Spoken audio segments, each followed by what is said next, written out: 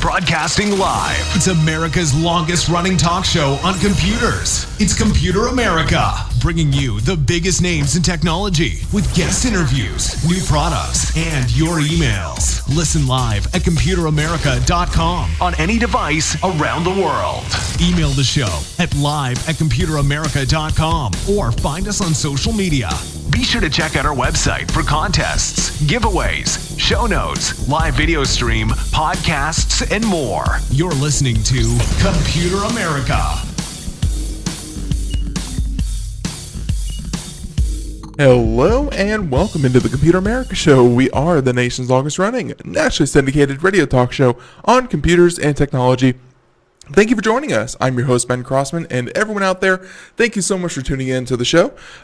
We have a great show planned for you. We're going to get our guests on here in just a moment, so I'm going to have to ask everyone to kind of hang tight while we do that.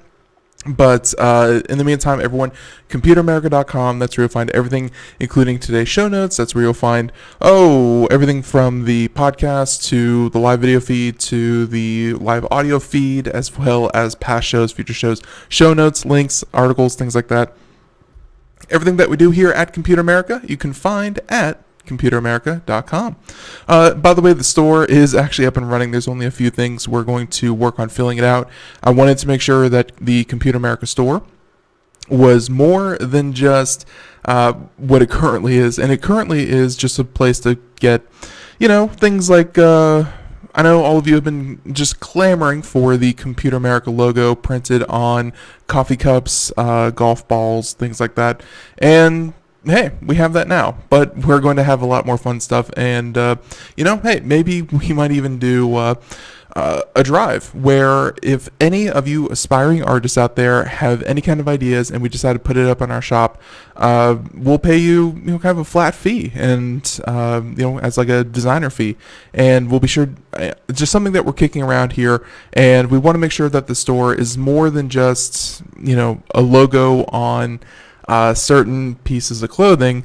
It has to be more than that. It has to be something that I personally would hope that it's either really funny, really cool, and really helps you, kind of show off that you have such eclectic taste as to enjoy Computer America.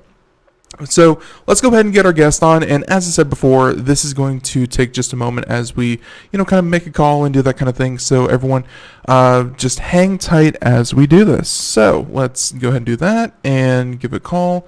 And just one moment. And really, I apologize for not doing this before the show. But we should be able to do this really quick.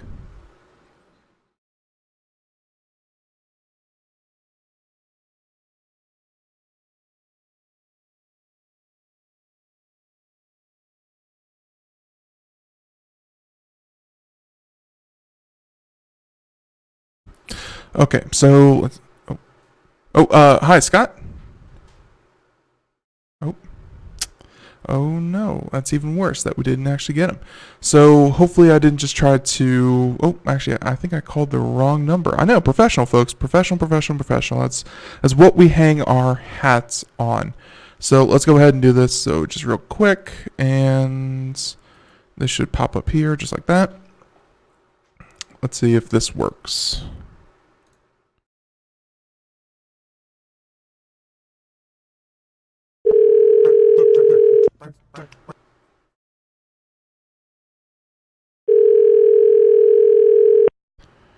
Yeah, so that's working. Just one moment. Oh, hey Scott, this is Ben from Computer America. How you doing? Oh, Yeah, sorry about that. Yeah, so we're actually live, and I actually have everyone else on mute, and I have you on mute. Hopefully you're all set to go. You're all ready to go. Let me introduce you. Perfect. All right. So everyone, we have him on the line officially. Again, my apologies. I should have definitely set that up sooner. But everyone, I want you to welcome back on the show Scott Schober. He's been a longtime contributor here for Computer America, and of course, he does a lot there on in his own right. Where of course he runs Berkeley Varitronics Systems, where he produces a lot of wireless gadgets and whatnot. It's very, very interesting, and his expertise in the field is something that we highly value here on the show. But of course, he has, he's been doing everything from his own video series to, what keeps Scott Schober up at night. He has his new book that was just released, at the beginning of the month, and and I believe the title of that was, cybersecurity is everybody's business. And really, overall, I can't think of a better advocate for cybersecurity that we could have on the show. So, welcome onto the show once again, Scott Schober. Scott, how you doing? I'm doing great. Great to be back with you there, Ben. Our pleasure, our pleasure. So, why don't we go ahead and actually, this is going to come off as very accusatory, and I'm actually going to. Oh, how do I put this? I'm going to play this in the background, and let's see. Here comes a crime. Yeah, so everyone should be able to hear it. I know that you can't, but in the background, we are playing Cybersecurity is Everybody's Business, the official music video. So, yeah, you can see it there for everyone out there listening to just the, just listen to the audio. The music video is, of course, Guy Fawkes mask. I'm sure to represent a typical hacker out there. And my goodness, what a masterpiece! What a way to obviously promote a book that I have never seen before. Putting it to music. So we'll throw a link to that in the show notes. But Scott, a music video. How did you think of that?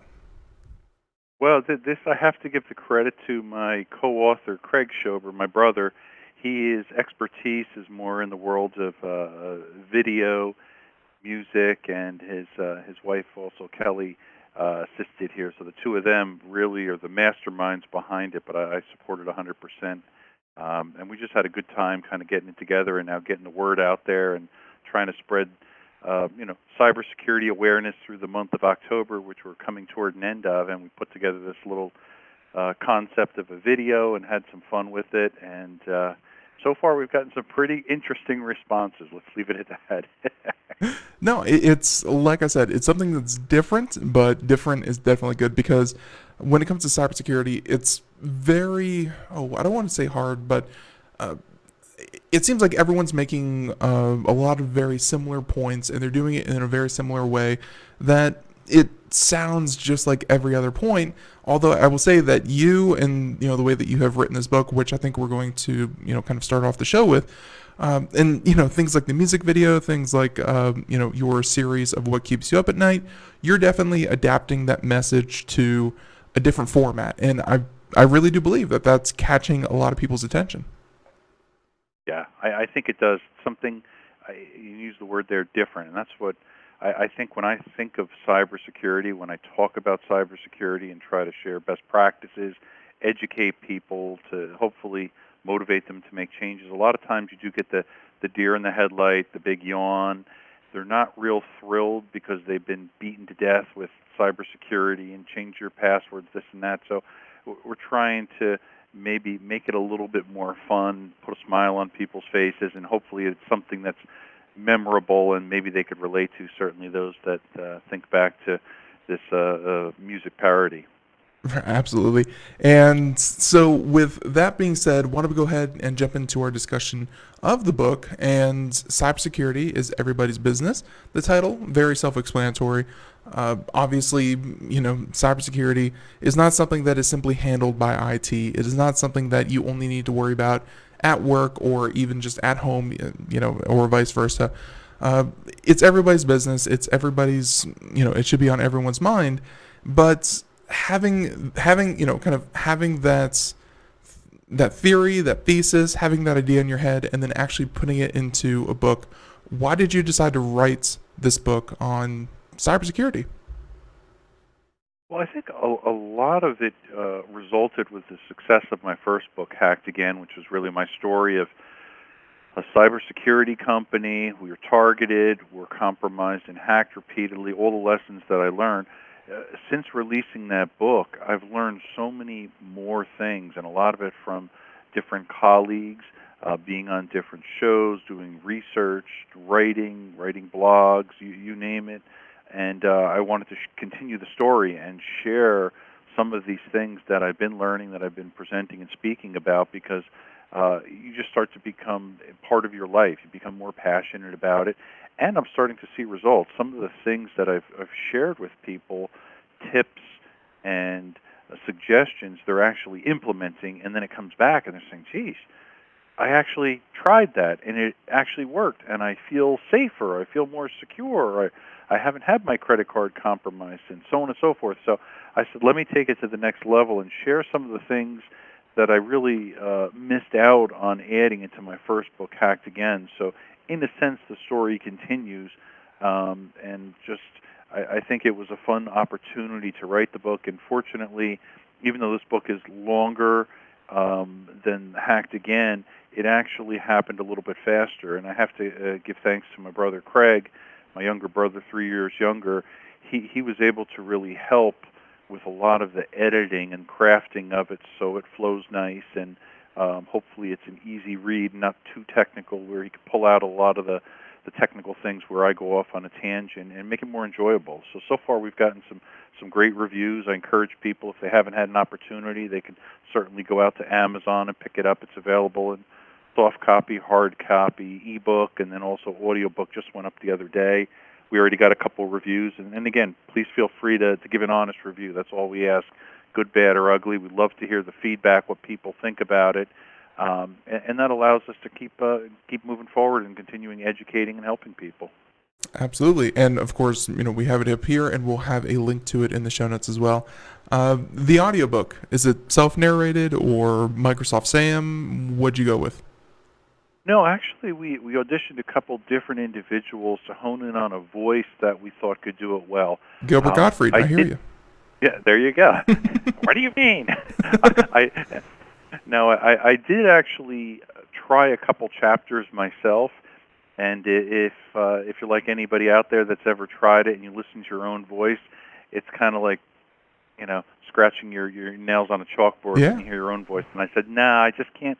I can't give it the proper inflection and tell the story, even though it's my own voice, as good as somebody that's a pro. So we did hire a pro, and I think he did a great job. And, well, I guess I encourage people, take a listen and let us know what you think, because it's more important what the listener is and the reader says than what my personal opinion is on it. Because if the message gets across and it helps people to stay safer, and even if they get a couple tips that they share with others, I believe it's a success. Absolutely. So when writing a book, and this is something as someone who has never written a book before, I will, outline what it's like to write a book.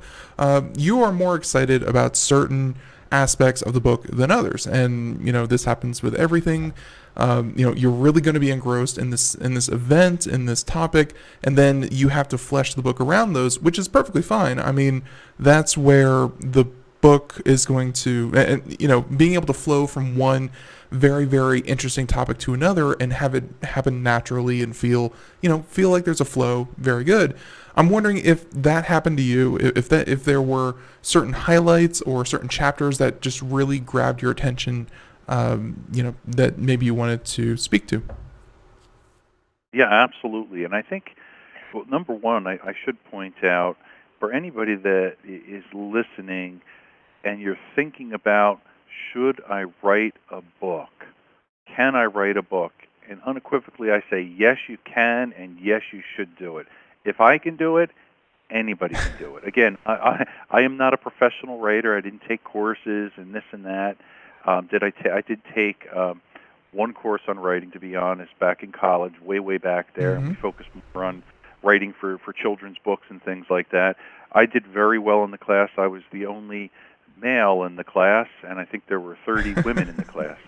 I knew how to work the computers, and none of them felt comfortable with the computers, nor the professor. So I aced the class, but that was because more of my computer skills than my writing ability. Let's leave it at that. So, but I encourage people, if you have a story to tell, that's the fundamental thing. It's not about just being a great writer. It's about taking your time and sharing what's inside you. And some of the things that got me certainly excited, I think, I love the third chapter there, Engineered for Social, because I share some more personal experiences with Kevin Mitnick, who's the world's most famous hacker, Frank Abagnale Jr., I got to hear him, got to meet him. In fact, he wrote a nice quote that's actually up on Amazon, giving praise to the book, which I'm grateful for. He's a wonderful guy, and he's an interesting guy because he's a con man and an expert at socially engineering people and fooling people. But again, he's a good guy helping law enforcement. Kevin Mitnick, he's a white hat. He's a good guy. So these were people that had checkered past, but they turned around to doing good. And I think that's really important, realizing that social engineering is not always bad, but it's people that are reformed and doing things in a positive sense and helping people to learn some of the techniques, I think is good because it allows you to stay safe, to be protected when people try to fool you. So that to me is just a fun chapter. I loved it. I mean, a lot of these chapters, as you write, they don't necessarily connect the dots. Yeah. So part of it is going back, and I think the process, this book took a little more than a year from start to finish, which I think is, for me, it's pretty good. The first book took over 2 years. So what it tells me is as you kind of improve as a writer, you stay more focused, and I think that's what I learned on this. I was able to be a little bit more focused. I would finish a chapter, I would shoot it over to my brother, and then he could edit it. And since we grew up together, we work in the business together, he, in a sense, can kind of get in my mind a little bit and know the angle I'm thinking of and writing from, which helps to refine it, that's all. So if somebody's thinking of writing a book, maybe you want to do it with a partner, somebody that you trust that can help bounce ideas off of, that can help edit, that can come up with a crazy music video that'll help promote it. You know, there's a lot of things that having two minds is a lot better than one. That's what I say. Absolutely, and many of the books that I've and I actually have the book in the other room. Is actually on my nightstand. I was kind of reading it. I did not get it done for today's interview, unfortunately. So just putting that out there. But I will say that a lot of other books out there have in their, I accredit this book to, or it's the acknowledgments, there we go, that they always acknowledge, of course, family, close siblings, things like that, but they always acknowledge their editing team and, just that a book doesn't happen in one shot. A book is a series of revisions, which is why when you say a year, some people might go, a year? What? That's crazy. No, because there's a lot of back and forth. There's a lot of development. So, and looking here, obviously you can buy it on Kindle, hardcover, paperback. Amazon seems to be, one of the best ways that you can buy books because, hey, Amazon, for those of you who have a really good memory, used to just be a book company, and they still take that to heart. But did you self-publish this? Is this published by someone else? I mean, how'd you go about this? No, and that's another thing I encourage people to consider. This is self-published. You just formed a simple ScottSchoberPublishing.com, and that's basically it. There's enough information on the Internet that will help you to self-publish your own book. And there's millions of examples of books. What I was encouraged to do by one individual is find your specific genre, which is, for me, obviously, cybersecurity, and go out and buy about 20 books that appealed to you. And then lay them all out and look at the cover and look at the table of contents, read them, take notes as you read through them. So it's a big investment in your time, because what's the average book take? I don't know. 10 hours if it's really small and you're a fast reader, to maybe 20 hours if you're a little slower. Yeah. But you got to put in a couple hundred hours and really read the books, study them, and reflect upon them. And what it does is it helps you kind of craft and see how different people have different styles. You'll even pick up things that annoy you. And I've learned a lot what to avoid when writing. And I thought that was extremely helpful as I read through a book, and I'm like, wow, that chapter in this book just really stunk. Boring. Don't make sure you don't do that. So when I start to run on too long and write too much, that's when I've learned editing and trimming it down and tweaking it. And the good news, I didn't take any chapters in this book and throw them in the garbage. It sounds crazy, but you might invest maybe 15, 20 hours writing one single chapter. In Hacked Again, I think 3 or 4 of the chapters got tossed just because it didn't fit in with the flow in the story, and it took the reader too far out. So I encourage people, if you write a simple outline in the very beginning, before you even put pen to paper, write down a few of your thoughts, and it could be stupid or silly, whatever you want to title the chapter, and it helps you really kind of think it out in your mind more than actually writing it. Then the other tip that I like to share with people is use a speech-to-text. There's a lot of great apps out there. There's some built into some of the computers even with the OS now. That's what I used. I use a simple Mac Airbook, pop my headphones on, sit back in the chair, and can just relax and just talk. And then what happens, you go speech to text, suddenly you've got a huge manuscript that you now trim down and keep editing. And it allows you to get all your thoughts out so you don't forget things. And sometimes speaking is a lot easier to get your story across than trying to type your story, because you get so hung up on how fast you type and making errors and all that. So there's another little tip that I would highly suggest for people thinking about it. Don't be so stuck on, well, I stink at typing, I stink at writing. If you can talk, you can write a book. That's the bottom line. That's and really that's very reminiscent of something that I heard Stephen King, who writes all the, of course, horror books and a lot of different books. And he's a very, very prolific writer, but he always said that aside from cocaine, the best way to write a book was just to sit down and start writing. Like you can always, like, you can work with a bad, you can work with a bad manuscript. You can't work with nothing. You just have to have something on the paper, and there's no point in hoping that if you run it through your head enough times, it's going to come out perfect. Like, it's never going to be perfect. So just get it out onto paper, or like you said, get it out into a computer in text-to-speech. That's something that, obviously we've had companies like Dragon Speech and things like that, but I think Google and Apple are probably some of the, kind of best dictation programs out there now, or I should say services. They work really good, and there are independent people that you could also send an actual transcript, and they'll clean it up and other things. And I didn't do that myself, just because if you try to keep cost reasonable, this right. and that, you can really do pretty much everything yourself. Even the cover design, we sketched out some different ideas. My brother and I bounced it off, and then we hired a professional that actually could do the whatever you call it, the graphic layout for it, because we're not experts in that area. But a lot of stuff you can do yourself. So I encourage people, do as much as you can, because part of it's learning in the process. And don't get discouraged along the way. If you need help, ask people. I mean, I always give people advice. I've gone to even several book shows I was asked to speak at and share my story of, can you write your own book? Can you, be a self-published author these days? What's involved? What do you got to do it? It's all hard work. That's all it is.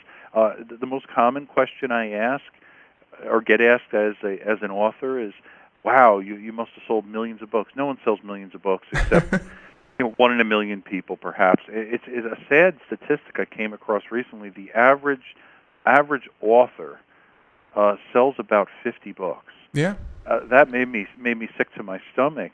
Right before we jumped on this interview, I actually got a tweet from one of my loyal fans, and they bought a bunch of Hacked Again books, and they said they're buying 70 of the Cybersecurity's Everybody's. That puts you ahead of the average.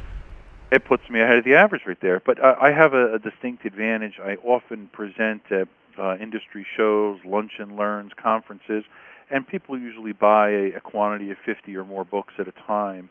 And Amazon is just brilliant. The way they set it up, it really makes a difference. And what's migrated in the past few years, for those that are always nervous about the sheer cost, now everything's gone to print on demand. So if you went right now onto Amazon and said, I want to buy a soft copy of Cybersecurity's Everybody's Business, you press that button, the file automatically goes to a printer, and it actually prints the entire book. It's all automated. So I don't have to now put thousands of copies on a warehouse shelf and pay and have all these different hands in the process. So it's actually a little more profitable in some ways if you go to Amazon and trust them to fulfill everything. And hence I say trust, because there's a level of trust there. Obviously they take their take, but they do a great job at it. I got to give them that. So, and I will say that I've heard that side of the industry, being able to kind of print on demand, have that book completely printed and bound and sent to people's doors, is really something that, like you said, keeps the overhead. The kind of it makes the entry point into writing books very, very accessible. So, like you said, all the more reason for anyone to write a book. And I do have to say that one of those dirty little secrets, and this is something that I've heard on the talk shows, or just kind of in my own personal time.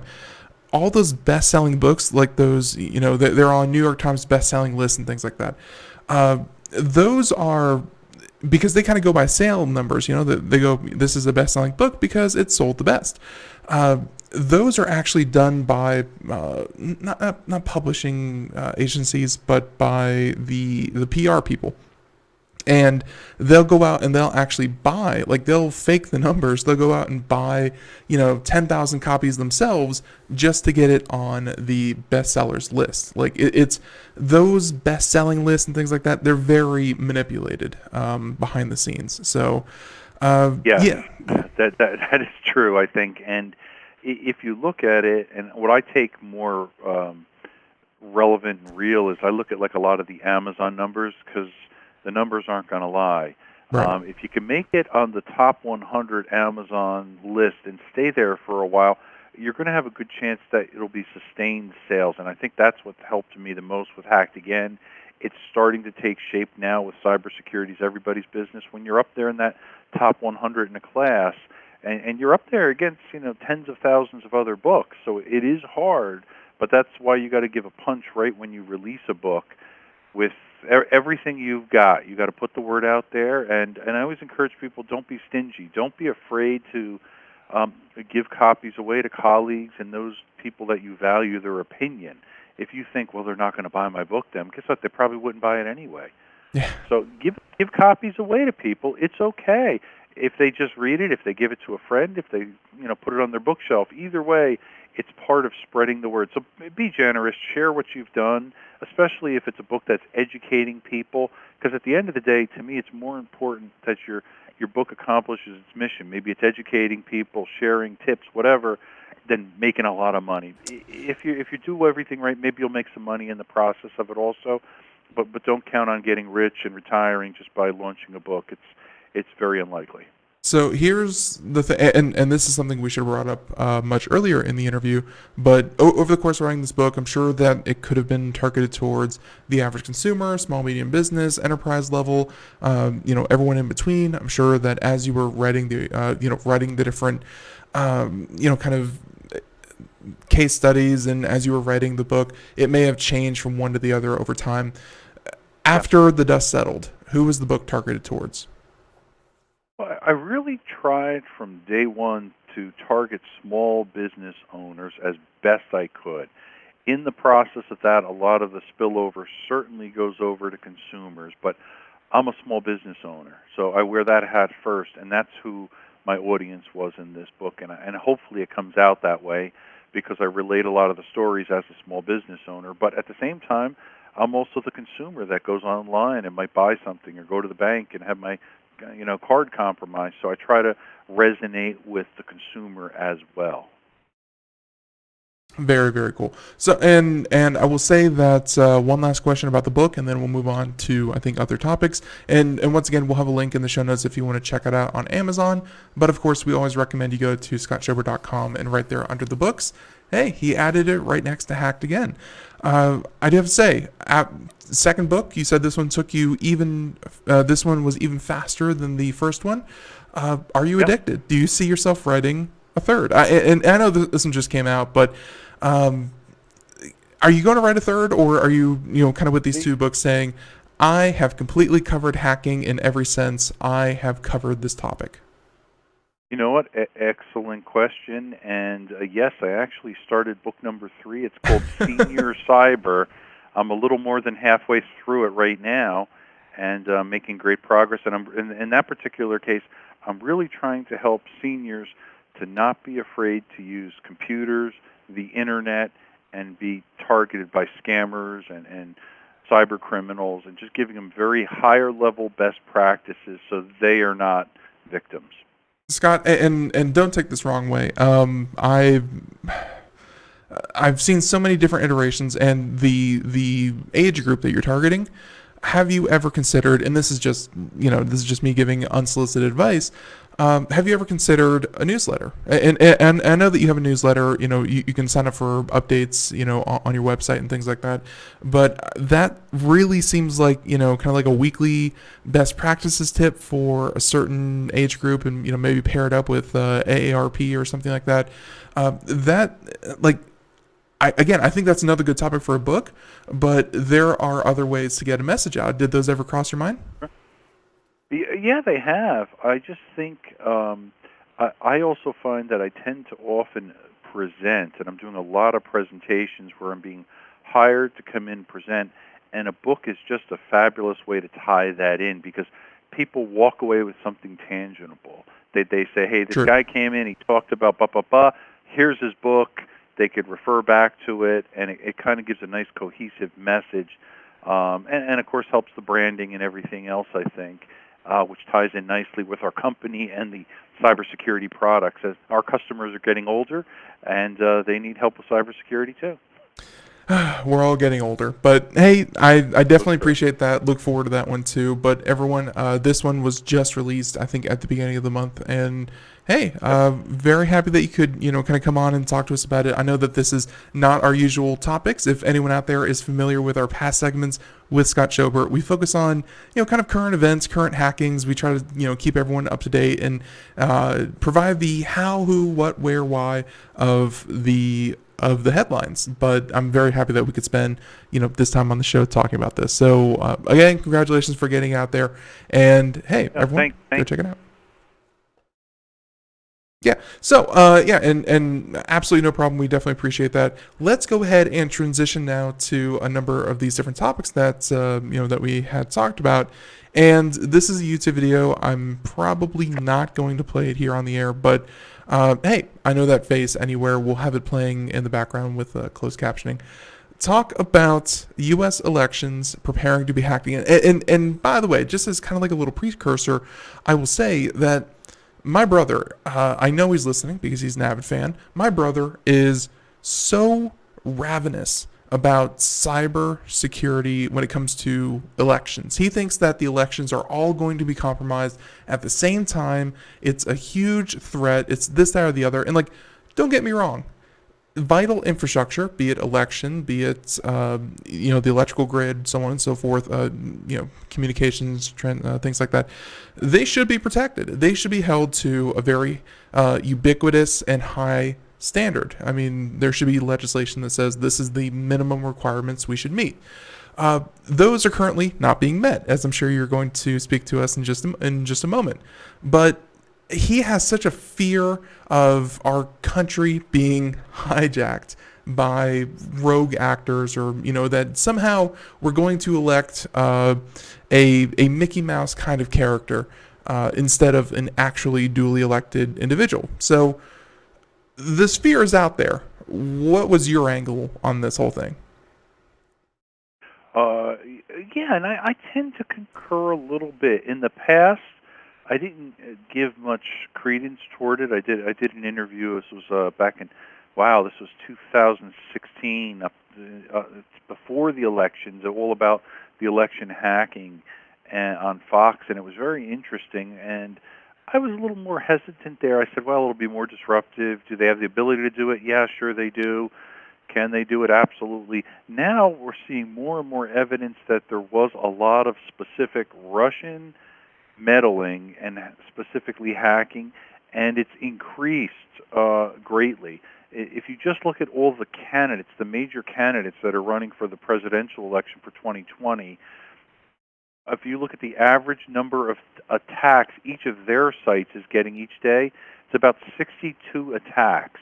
They're trying to take their site down, trying to cause confusion, disruption, whatever you want to call it. And that's what a lot of this is. It's not really, there's been no evidence of any vote tampering as of yet. However, there's been a lot of confusion. And I think when you cause enough confusion in a voter's mind, what do they say? Well, why should I even bother go to the polls? Because it's manipulated anyway, or it's rigged, or whatever. That they start thinking of those things. So is it going to happen more? I think so. And I think the 2020 election, I think we will be a little bit nervous as we get into that. Even though they've spent some money, and they haven't spent enough money. I think they've only allocated about $380 million so far toward election security upgrades, and I think the estimate was well over $2 billion to do it properly. So as usual, not spending enough money, trying to do it on the cheap, they're going to get caught and have some problems, and that's all it takes is one or two hacks to cause nothing but chaos during this election campaign coming up. And here, so a couple of things come to mind. First one, you mentioned, 60 some odd attacks on day per, average. Those can come in many, many different forms. Do we have, this is how they most often try to infiltrate or take down or, kind of mess with our elections? Is it phishing attacks? Is it DDoS attacks? What are kind of their tools that they're trying to use most often? Yeah, great question. When it's specific candidates trying to put their message out there, a lot of DDoS attacks are targeting their sites because that's cheap. You can hire somebody. It's hard to trace it back to where the funding for the DDoS attack comes from because this is some remote cyber hacker. So that's very effective. But phishing campaigns do a lot. And then the other side, if you notice, is a lot of stuff on Facebook and Google too, and YouTube and so on and so forth. But Facebook seems to be very heavy, and a lot of it's because they've taken the stance that they're not going to audit every ad that goes up there, and they're not going to try to block freedom of speech, and they're going to allow it. And one side of the coin, and Scott, sorry to kind of step on you here, but they said that they said that with this election coming up, and this is a conversation that I'm sure that we've had on the show, but I know I've had with myself, and it's that Facebook, ever since they tried this idea of a quote-unquote news feed, they have, up until that point, they were a social media site. They didn't have to really care about the content of their site because it was a site run primarily by the users who use social media. When Facebook decided to have a news feed, that's when you have the regulations that go into print media where, like a newspaper can't blatantly tell lies about, let's say, a sitting U.S. president or cause a national scare or something like that. And there was some catch-up between this idea that Facebook, the social media site, had to be held to a journalistic standard of a news organization. So, there was a little bit of disconnect there, and then now we're seeing it as kind of an extension of the elections and how public discourse happens and things like that. It seems like we're you said that things that go up on Facebook aren't audited, and in a lot of ways, if Ben posts a stupid video, then Facebook isn't really going to audit that and fact check that. But isn't that what we're kind of moving towards? That we're expecting Facebook to they even said themselves they're going to fact check ads and other modes that they directly influence. They're going to fact check them. They're going to be the arbiters of truth on Facebook. Well, yes and no. And again, they don't want to hurt their own wallet. However, you look, for example, at if you saw what happened with Miss Warren.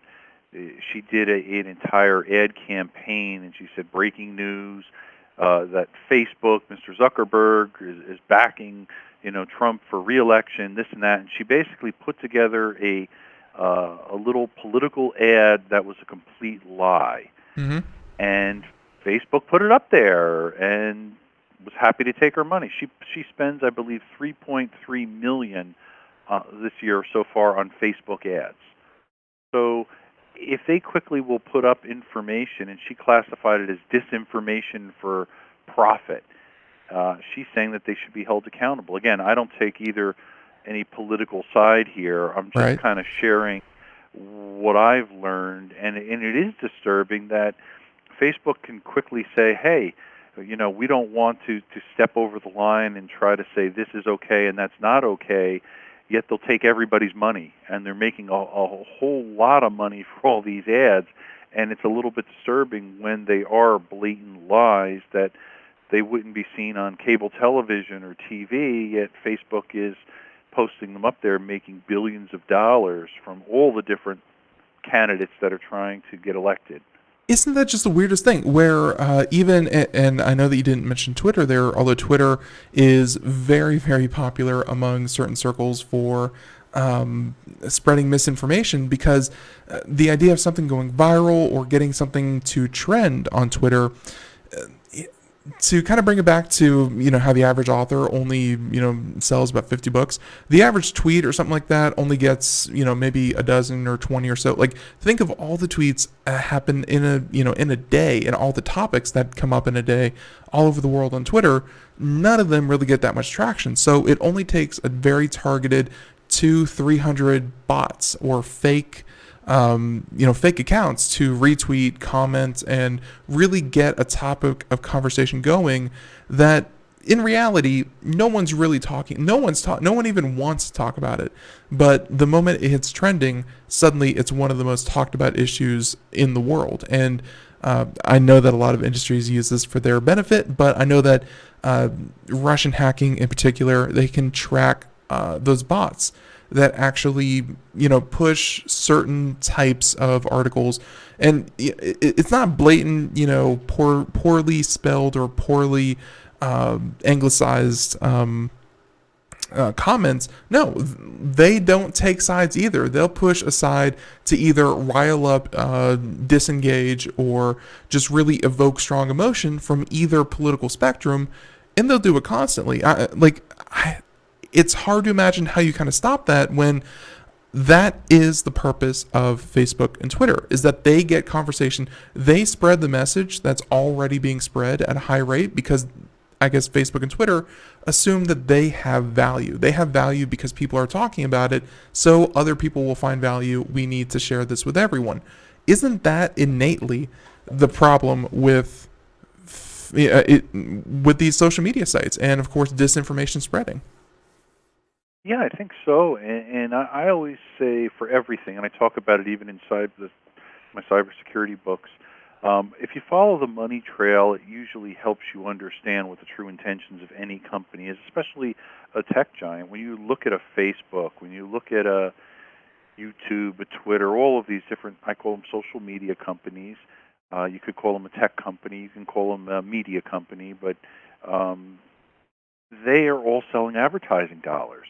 So the more they can generate conversations, they could be good, they could be bad, they could be controversial. As long as they're conversations, it allows them to attract more likes, viewers, commenters, all of the above, which basically allows them to sell ad dollars. That's what their goal is, to raise the conversation to a level that will attract advertisers, as most television and radio and podcasters and everybody out there. What we're all trying to do is trying to get some attention. The problem is when they step over the line and they almost simplify the allowing of disinformation just purely for profit. I think something has to be done, and that's where people are arguing, hey, you got to break these guys up, and you got to step in here and put some laws in place so they don't take us to the next level. Yeah, and you just said it right there, some legislation. It's just, this is a topic that when it comes to legislating social media, hey, go back, I dare you, go back to any other decade in human history. Go back to the 1380s and check it out. There has never been this issue before. Of course, there have been other issues that, you tackle as time goes on. It's just, this is such a completely new issue. I don't want anyone out there to kind of sit there and say, we're going to figure this out, because hey, this is all new territory. This is, the size and complexity of Facebook and Twitter and YouTube and all these other sites. We've never seen this before. So where do we go from here?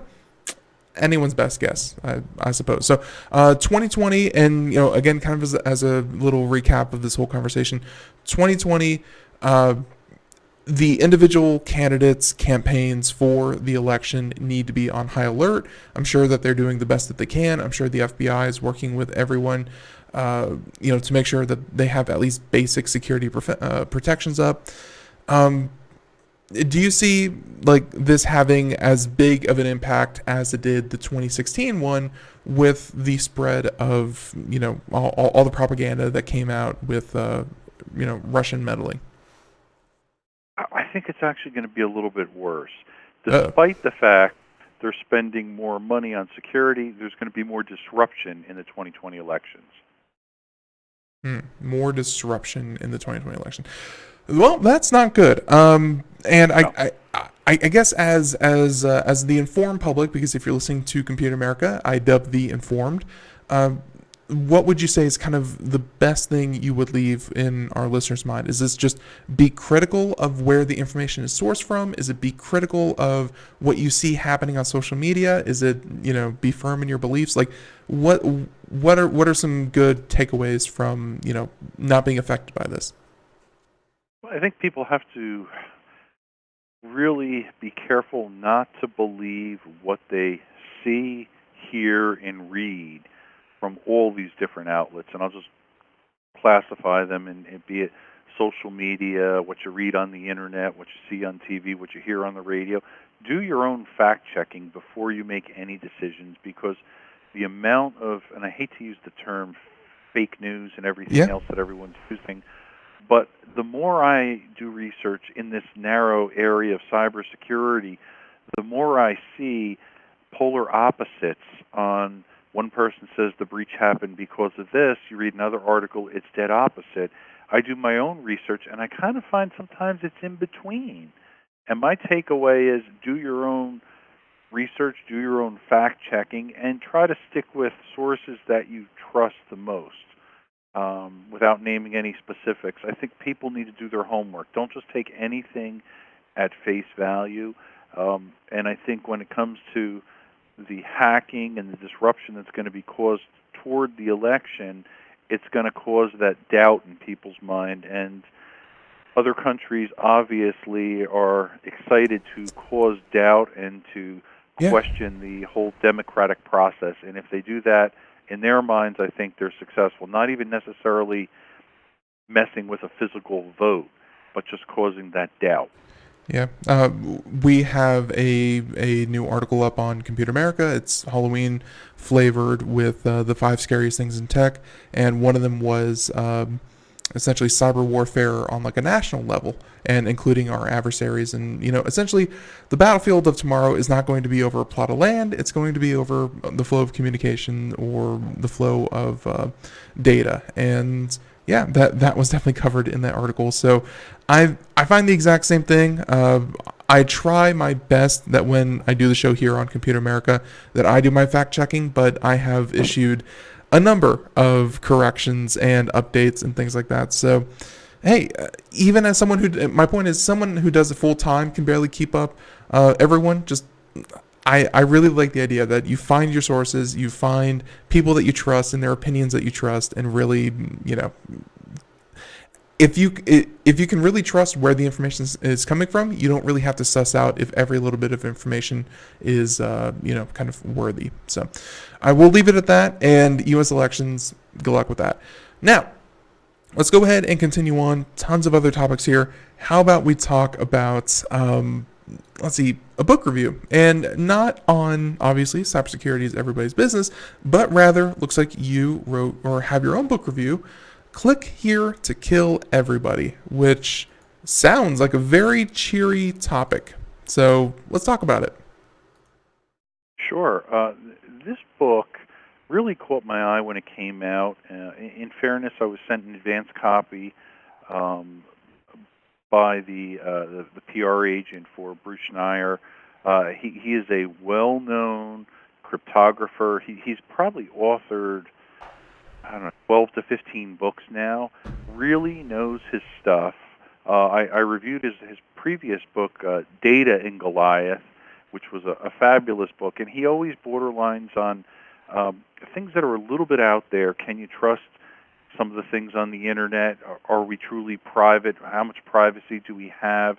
So I delve into a lot of the things that he shares throughout the book. And, and you have up there, I actually see a little video there with my book review. And I share just some of my take, what I got out of the book after going through it. I thoroughly enjoyed it.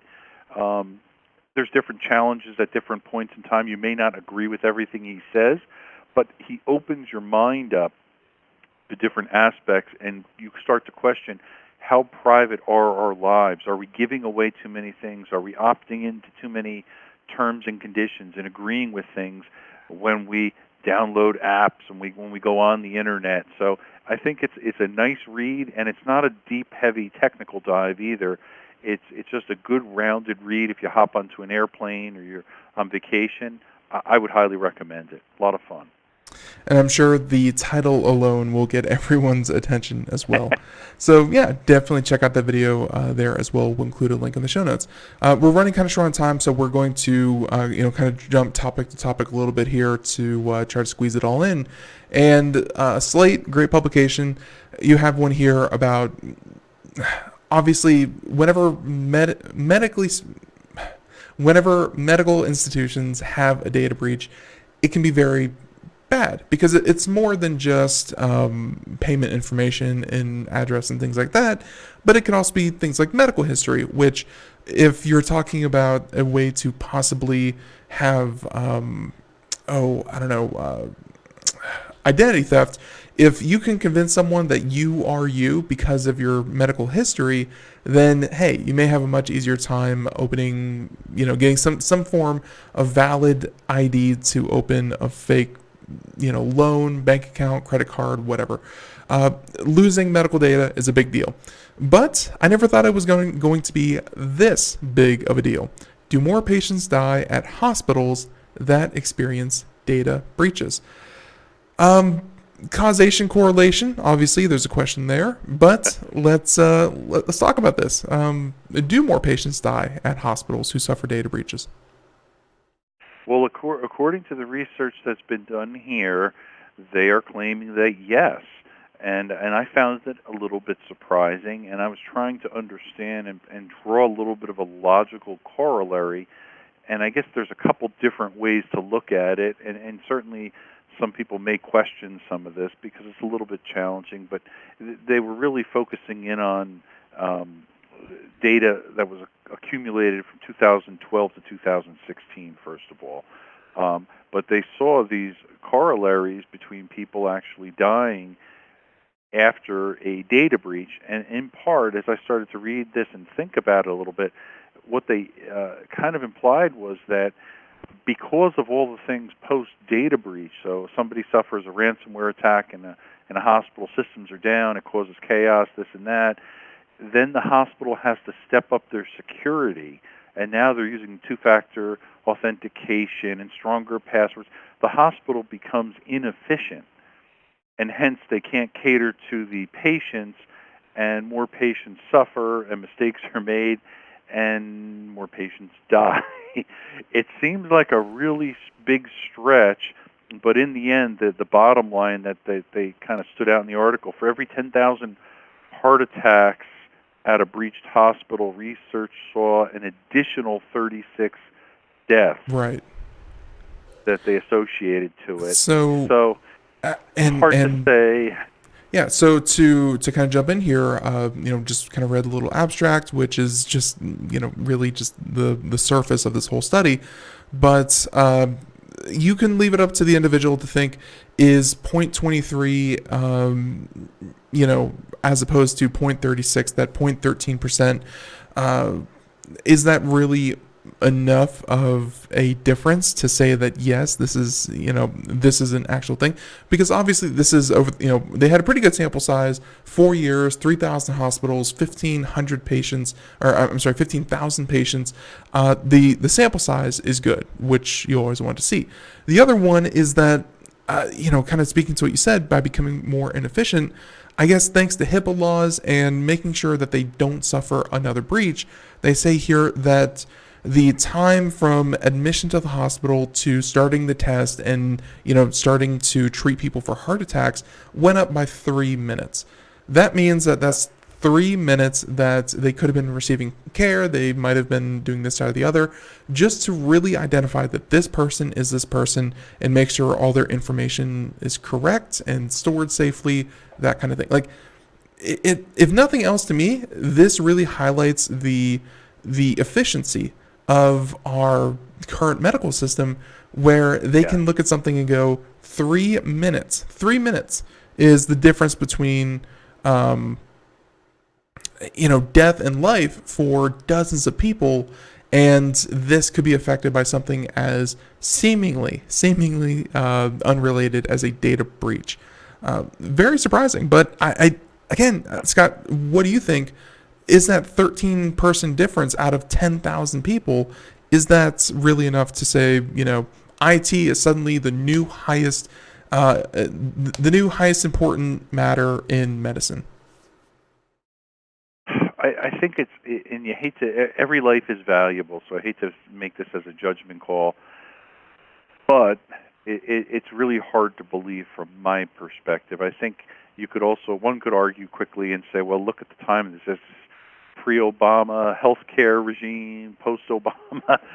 Those type of things come into play because so many things change within the world of healthcare and hospitals, cost structures. A lot of that does affect the longevity of people. I've took somebody to the ER not too long ago, and we sat there an hour and a half while he was bleeding profusely. I thought they would have him in within 30 seconds, and I'm sitting there. The janitor got there before the doctor did. Yeah, so it's a little scary. And then you look at some of the other things, such as telemedicine, where they roll in the robot with the camera and try to help remotely while somebody's sitting on the beach and weigh in what to do or not to do. So there's some things that are just done in the world of hospitals and medical that just are not there yet. So I guess this is certainly a controversial article, but it was the first time somebody that I ever read took a stab at making this corollary, which I find interesting. I'd love to see a study from 2016 till present and compare the two to see with all the new data breaches happening. Be interesting. And really the as you said before, the outcome of this whole thing was that you should really consider any security initiatives to limit the inadvertent delays and disruptions associated with the new process. And some of those, just yesterday on the program, we had BioKey, who makes fingerprint scanners and readers, on the show. Being able to positively identify someone and make it quick and efficient and seamless, that seems to be just as important as as anything else. Like, really, again, to me, this is more of a case study of how efficient can you make your hospitals. That is going to save lives. And cybersecurity, yes, it's important, but it should be important but also balanced with the idea that it should be efficient, it should be fast, and it should not get in the way of treatment, but it should definitely be there. Yeah, well said. It's finding that right balance. Yeah. So very interesting article. I definitely love that. In these last 2-3 minutes, I wanted to give you a chance here. So FutureCon 2019, we have a lot of conventions coming up, and actually FutureCon is not the one. We actually have another one where our guest on Friday, he actually runs and puts the whole thing together. Tomorrow, the International Future Computing Association, or TIFCA, is putting on their their whole thing, and that has to do with augmented reality, virtual reality, graphics, things like that. They're putting that on in Orlando, I think the 4th through the 6th or something like that. We're going to talk to Mr. Neil Schneider tomorrow, but there's another one happening in Orlando, and actually you are going to be speaking to actually at FutureCon. So tell us about FutureCon, what is it, and what are you going to be talking about there? Yeah, FutureCon is a great event. They actually, every 2 weeks, they have another event in every major city. So they're really aggressively putting out the word there about cybersecurity. They asked me to come and give the keynote. I also presented down in Princeton not too long ago. A couple weeks ago, I was up in Boston also giving opening comments there. It was a great event. And there I had the privilege to introduce the hot 150 companies that made the Cybersecurity 150 list there, and I'm proud to say we were on that list there, and it was a wonderful event, well attended. So I'm sure Fort Lauderdale, certainly if anybody is in the area of Florida there and they're thinking about going to FutureCon, look forward to seeing them down there. After my keynote, I'm going to be hanging out, doing a book signing and a bunch of other things, sitting on a panel discussion. So it'll really be a nice event there. But if you haven't had a chance to attend a FutureCon event, at least go to their website and check out some of the different events that they have and find one that's in a city near you and give it a shot. Absolutely. And hey, everyone, links to everything that we talked about here today. We're just flat out of time. Scott, until next time, we're going to have to work on our scheduling because obviously the holidays are coming up. It's going to get a little hectic. And with CES coming up, by the way, Computer America will be out at CES. Really looking forward to that. Everyone, stay tuned. More Computer America tomorrow, Monday through Friday. Scott, until next time, thank you so much. Everyone, computeramerica.com. See you then. Bye, everyone.